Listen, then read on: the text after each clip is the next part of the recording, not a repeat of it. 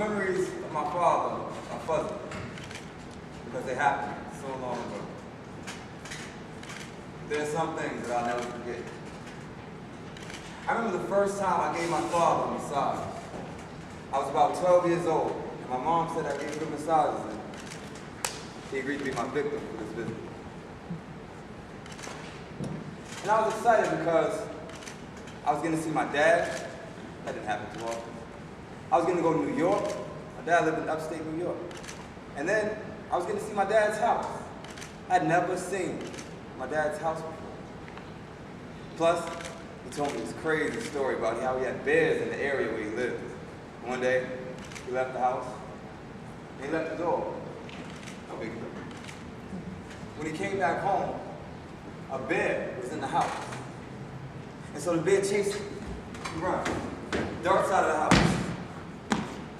And the only way he gets away from the bear is by crawling under the foundation of the house.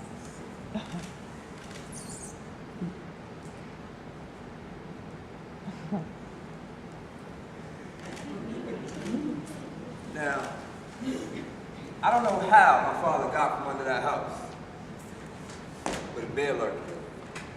But there was one thing for sure. He lived to tell the story. I remember while I was there, a woman pulled up in a white van. She came inside. She gave my father the beer.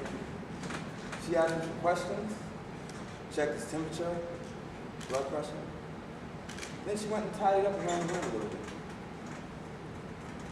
Then she went to the kitchen and prepared my father some food. She was done, came in, said goodbye, and humbly left. I was curious about that, and my mom told me that my dad wasn't able to care for himself.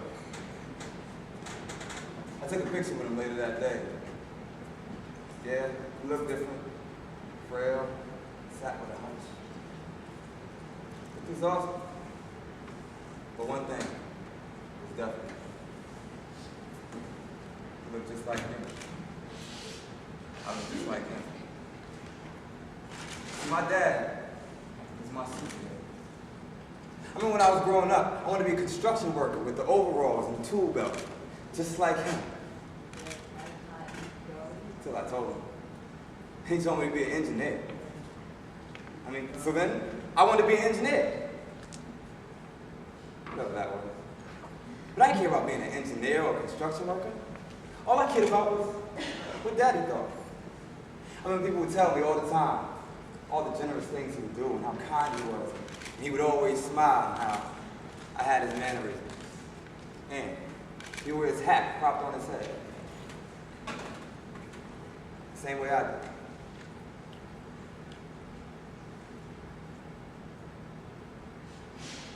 I didn't see my father much growing up because he lived in New York. Actually, I can count on one hand how many times I spent time with my father. But nevertheless, my father is my superhero.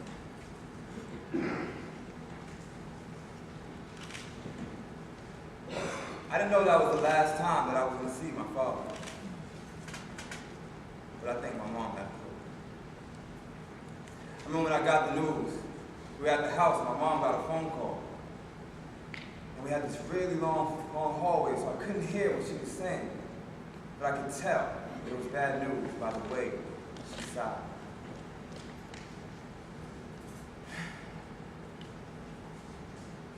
When she was done with the phone call, she came over to me and she consoled me.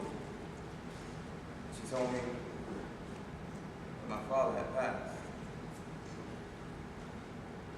I remember we had a circular living room with a flat couch. And I would spend a lot of time in that space behind the couch as a kid, playing, pretending, hiding, doing what kids do.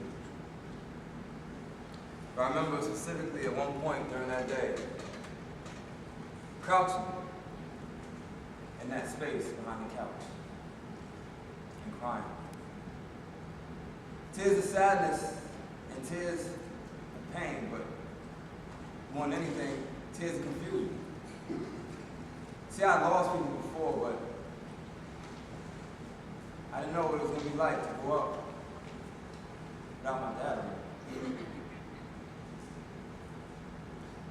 Then when I think about it, he wasn't around much to begin with. Later I learned that my dad had AIDS and that he was a heroin addict. Also learned things like he was womanizing. He would say, yeah, I'm about to go pluck me some flowers. As I grew up, I resented him. I mean, where was Superman now? How come he never saved the day? What about the people that need him? What about the child? What was more important than your child? Plucking flowers? I remember specifically, I would leave him out of my prayers. I would make prayers for my mom every day. I never mentioned his name. Did he deserve it?